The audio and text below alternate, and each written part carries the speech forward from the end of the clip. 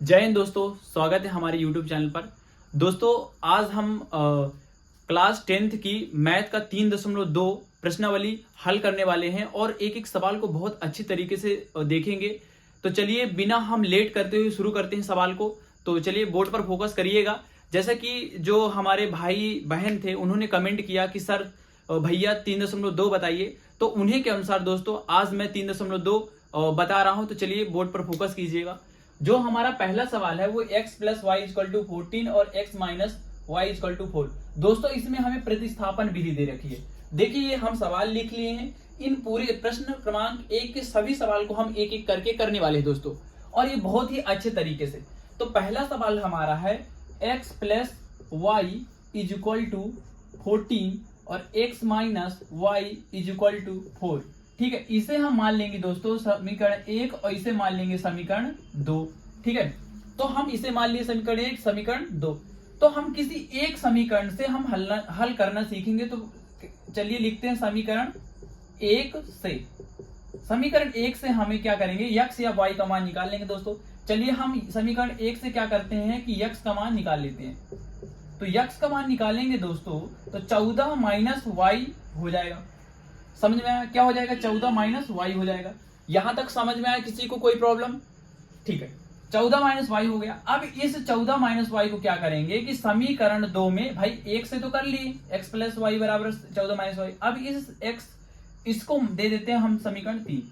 इस x का मान क्या करेंगे समीकरण 2 में रख देंगे। समझ में आ रहा है? चलिए x का मान क्या रखेंगे, x का मान समीकरण 2 में रखने पर, चलिए दोस्तों समीकरण 2 में रखने पर, तो समीकरण 2 ये है। तो पहले समीकरण 2 को अच्छे तरीके से हम लिख लेते हैं।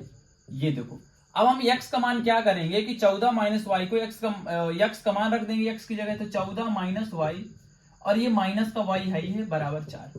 दोस्तों ये माइनस माइनस क्या हो जाएगा, प्लस हो जाएगा। क्या हो जाएगा, प्लस। माइनस माइनस प्लस, तो प्लस का 2y हो जाएगा। ठीक है, क्या हो जाएगा, minus minus plus, sorry minus का 2y जुड़ तो जाएगा लेकिन माइनस की ही चिन्ह रहेगा। तो minus minus plus 2y is equal to 14। क्या करेंगे कि हम इस 2y को उस पार ले जाएंगे और 4 को इस पार ले आएंगे। ये 4 यहाँ प्लस का है, यहाँ आएगा तो माइनस का हो जाएगा। और ये माइनस 2y माइनस की है 2y ना, तो उस पार जाएगी तो प्लस की हो जाएगी। ये देखिए, चलिए 14 में से 4 घटाओ कितना आएगा, तो 14 में से 4 जाएगा तो ये 10 आएगा। इधर आने वाला है 2y। अब देखिए दोस्तों, कोई भी चीज यहाँ मल्टीप्लाई में होती है, मतलब कि गुणे में होती है, तो यहाँ बराबर की इधर आती है तो बटे में आ जाती है। तो 10/2 बराबर y। तो 2 1 कम 2 और 2 पंचे 10। तो y का मान आ गया हमारा 5। ये ठीक है। अब ये y का मान क्या करेंगे कि हम समीकरण 3 में रख देंगे और x का मान निकाल लेंगे। हमें इसमें x और y के मान निकालना होता है। तो y का मान क्या करोगे, y का मान समीकरण 3 में रखने पर, चलिए y का मान समीकरण 3 में रखते हैं। समीकरण 3 ये है दोस्तों, समझ में आया? चलिए तो आगे बढ़ते हैं। x is equal to 14 minus y है हमारा समीकरण 3। अब हम क्या कर रहे हैं कि इस y का मान समीकरण 3 में रखना है। तो x बराबर 14 माइनस 5। तो दोस्तों x का मान आ जाएगा 9। ठीक है, ये हमारा पूरा हो चुका है ये सवाल। चलिए यहीं इसमें किसी कोई दिक्कत, यदि दिक्कत हो तो बताइए प्लीज। चलिए इसमें सभी लोगों का कहा जाए तो सही ही होगा, और देख लीजिए। चलिए इसका स्क्रीनशॉट ले लीजिए आप लोग। चलिए अब हम नेक्स्ट सवाल पर चलते हैं दोस्तों। 1 मिनट बस। चलिए हम नेक्स्ट सवाल पर चलते हैं।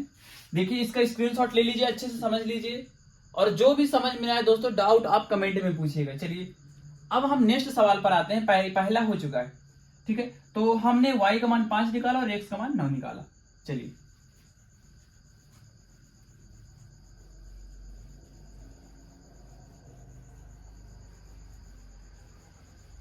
चलिए चलिए अब जो हमारा क्वेश्चन नंबर दूसरा है उसको हम लिखते हैं इधर।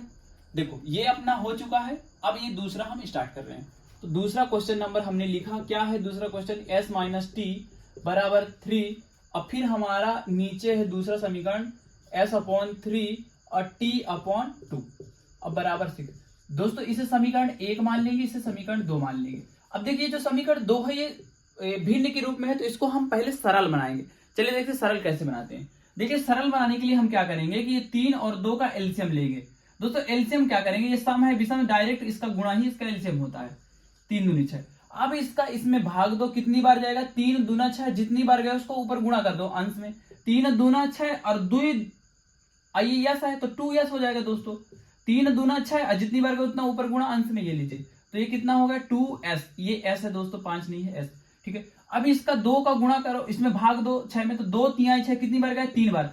अब इस 3 का जो होगा तो अंश में गुणा कर दो तो 3t। अब दोस्तों ये आ जाएगा बराबर में 6। अब देखिए ये हमने एलसीएम क्या लिया 6, तो इस ये कोई भी चीज यहाँ बटे में होती है बराबर की इधर जाती है तो इंटू में चली जाती है, मतलब गुणे में चली जाती है। चलिए ले चलते हैं इसको, तो 2s प्लस 3t बराबर 6 छांग 36 हो जाएगा। ये हमारा फाइनल समीकरण 2 बन चुका है। अब हम इसको क्या करेंगे कि बहुत ही आसानी से इसको हम कर सकते हैं। चलिए इसको करते हैं, प्रतिस्थापन विधि लगाते हैं। तो ये समीकरण 2 फाइनल समीकरण, इसको 2 मान लो। चलिए इसको हमने सरल किया, समीकरण 2 आ गया। तो समीकरण 1 से हम क्या करेंगे कि किसी एक का मान निकाल लेंगे। समीकरण 1 से हम यस या टी का मान निकाल लेंगे दोस्तों।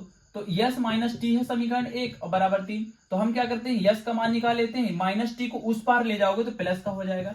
ये हमने दोस्तों एस का मान निकाला, इससे निकाल लिए और इसको हम दे देते हैं समीकरण 3। चलिए अब हमारा सवाल जो है तो आगे बढ़ेगा। इतने समझ में आ गया? किसी कोई प्रॉब्लम हो तो कमेंट में बताइएगा। चलिए आगे बढ़ते हैं। अब देखिए अब क्या है कि यस बराबर 3 प्लस टी निकाल लिए। इस यस बराबर 3 प्लस टी को क्या करेंगे कि हम जो समीकरण 2 है उस पर रख देंगे। समीकरण 2 का हम बनाए, ये बनाए, इस पर यस का मान रख देंगे दोस्तों।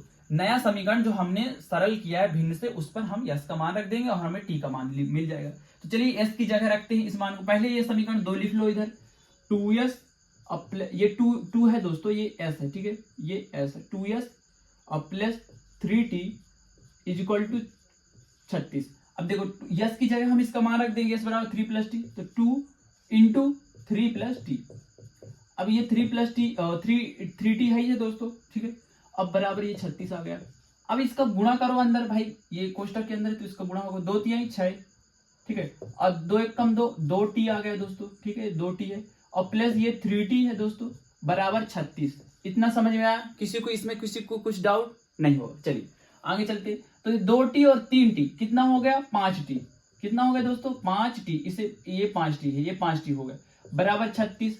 अब दोस्तों क्या होगा कि ये जो 36 है ना, यहाँ प्लस में और यहाँ जाएगा बराबर के तो माइनस में हो जाएगा। चलिए देखते हैं इसको घटा के। तो 36 में 6 गए, 36 में 6 गए, कितने हुए 30।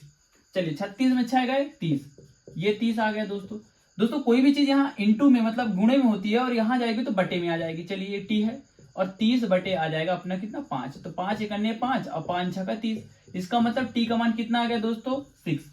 अब हमें टी का मान मिल गया, हमें एस का मान और निकालना है, क्योंकि प्रतिस्थापन में एस और टी का मान ही निकाल, मतलब कि जो हमें मान दे रहे थे एस और इस वाले सवाल में एस और टी का मान निकालना है। उसमें क्या था एक्स और वाई थे, तो एक्स और वाई का मान निकालना था। चलिए आप लोग समझ गए होंगे, और इसमें किसी को डाउट होगा यहाँ कहीं भी तो आप कमेंट में बताइएगा कि सर ये नहीं समझ में आया। चलिए तो आगे बढ़ते हैं। यस इज इक्वल टू हम क्या करेंगे, टी का मान जो है, टी का मान समीकरण किस में रख देंगे 3 में रख देंगे। समीकरण 3 में रखने पर, चलिए दोस्तों टी का मान समीकरण 3 में, समीकरण 3 क्या है ये है। चलिए टी का मान यहां रख देंगे, तो समीकरण 3 क्या दे रखा 3 प्लस टी, तो टी का मान 6 रख दिए, तो दोस्तों एस का मान 6 3 9 आ गया।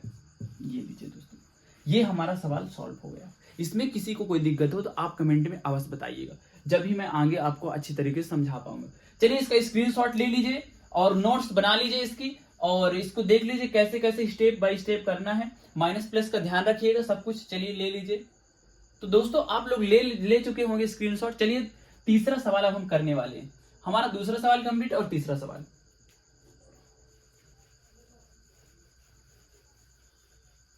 चलिए दोस्तों थोड़ी वीडियो लंबी हो रही है, लेकिन कोई बात नहीं, जितने हम सवाल लिखे हैं उस पूरे सवाल को हल करने वाले हैं। एक एक सवाल को, लड़कों को इसमें और इसमें दिक्कत होती है तो उन सवालों को भी हम करेंगे, एकदम आसान मेथड से करेंगे दोस्तों। कोई इसमें आपको परेशानी नहीं होगी, और नहीं समझ में आए तो आप कमेंट में जरूर लिखिएगा। चलिए तीसरा सवाल उतारते हैं। 3x minus Y is equal to 3 और 9x minus 3y is equal to 9। दोस्तों इसे समीकरण 1 मान लो, इसे समीकरण 2 मान लो।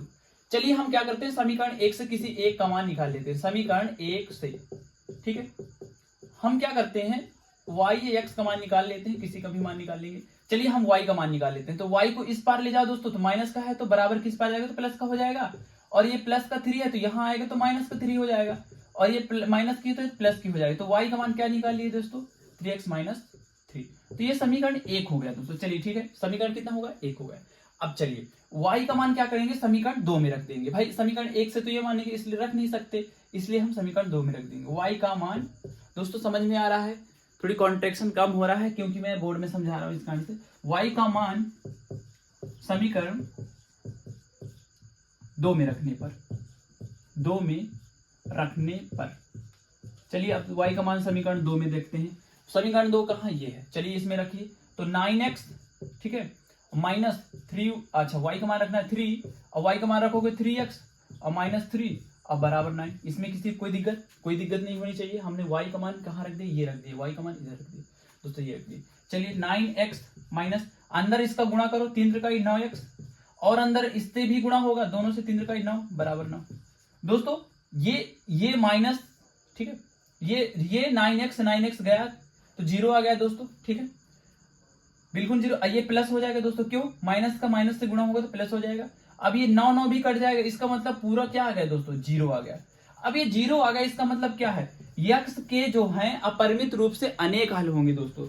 यक्स के जो हैं अपरिमित रूप से अनेक हल होंगे, क्यों, क्योंकि यक्स का मान पूरा 0 हो गया दोस्तों। और वाई का मान जो आएगा वो क्या, अब भाई जब 0 ही आ गया तो अपरिमित रूप से कुछ भी ले सकते हो यक्स का मान, है ना, यक्स का मान हम कुछ भी यहां रख सकते हैं। तो वाई का मान हमारा आएगा 3x माइनस 3 ही आएगा दोस्तों। तो y का मान ये रहेगा, और यक्स का मान दोस्तों, यक्स का मान जो है अपरिमित रूप से अनेक हल, अपरिमित रूप, क्योंकि 0 ही आ गया, कुछ भी ले, अपरिमित रूप से अनेक हल दोस्तों, अनेक हल, ठीक है, अपरिमित रूप से अनेक हल, ये लीजिए। तो इस प्रकार से हम सवाल को कर लिए। आपको कुछ भी दिक्कत हो तो आप कमेंट में जरूर लिखिएगा। चलिए इसका स्क्रीनशॉट ले लीजिए बिना समय गंवाए। तो ये लीजिए, आप ले चुके हैं स्क्रीनशॉट। अब हम बढ़ते हैं चौथे क्वेश्चन की तरफ। दोस्तों ये चौथा क्वेश्चन सभी बच्चे इससे डरते हैं, लेकिन आपको डरने की जरूरत नहीं है, आपका डर अभी क्लियर हो जाएगा। चलिए बस 2-3 क्वेश्चन और हैं, और आप बहुत ही अच्छे तरीके से इसको समझने वाले हैं। चलिए हम उतारते हैं अब कौन सा क्वेश्चन, चौथा। चलिए चौथा क्वेश्चन ये लीजिए। चलिए बस 2 मिनट से, इसको बहुत कम समय लगेगा। 2x प्लस 0.3y, इसके बाद है हमारा 1.3। दोस्तों जो दूसरा हमारा समीकरण है वो है 4x अब प्लस 0.5y बराबर 2.3।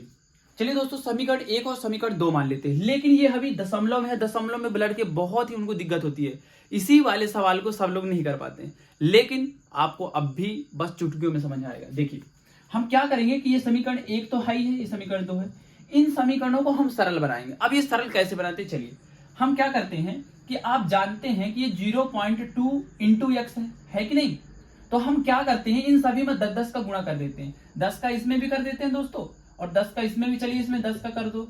चलिए जैसे कि दोस्तों देखिए यहां आपको समझाना चाह रहा हूं मैं, 2 जैसे कि 0.2 है इंटू एक्स, यदि हम इसमें 10 का गुणा करते हैं तो यहाँ दशमलव हट के ऐसे 10 नीचे आएगा, क्योंकि दशमलव हटाते 1 आता है, दशमलव के बाद जितने अंक उतने 0 आता है।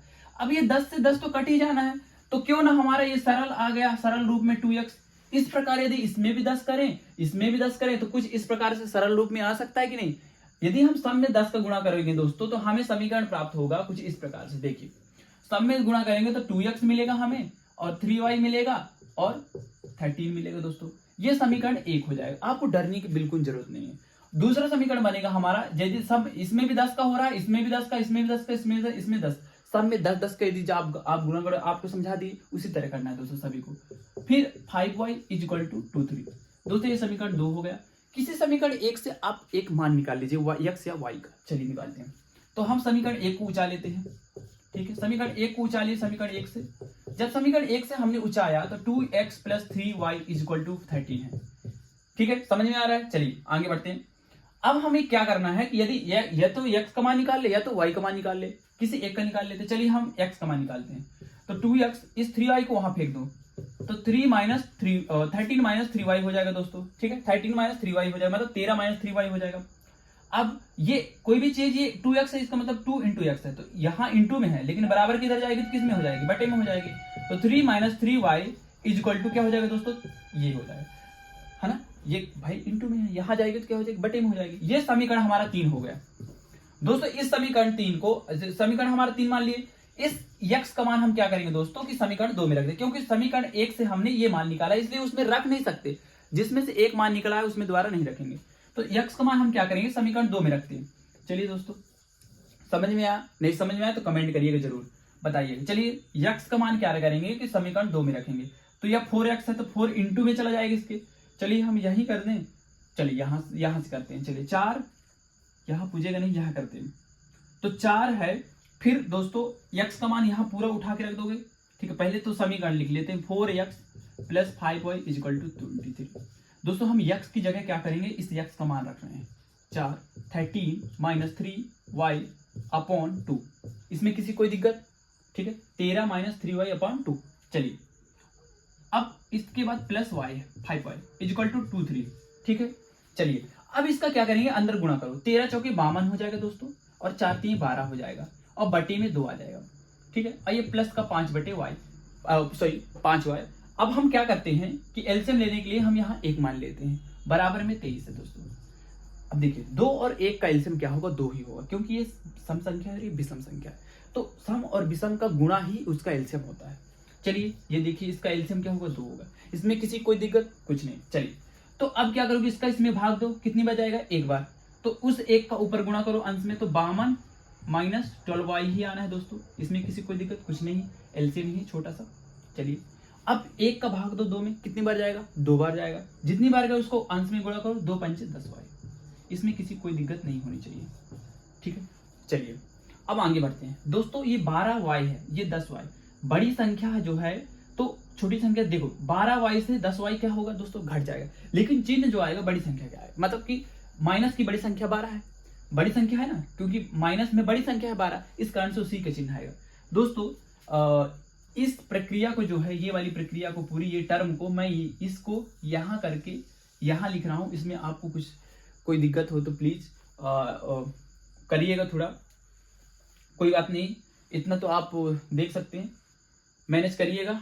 चलिए तो 52 minus 12y plus 10y upon 2 equal to 23, इसको हल करने दोस्तों पहले 12y में से 10y घटा देंगे तो माइनस का बचे, क्योंकि बड़ी संख्या माइनस की है, तो यहाँ आ जाएगा दोस्तों 52, ठीक है, 52 माइनस 2y आ जाएगा, क्यों, क्योंकि 12 में से 10 चला गया तो 2y, इसके बाद बटे में कितना रहेगा 2, इसमें किसी कोई दिक्कत नहीं होनी चाहिए, बराबर 23, ठीक है।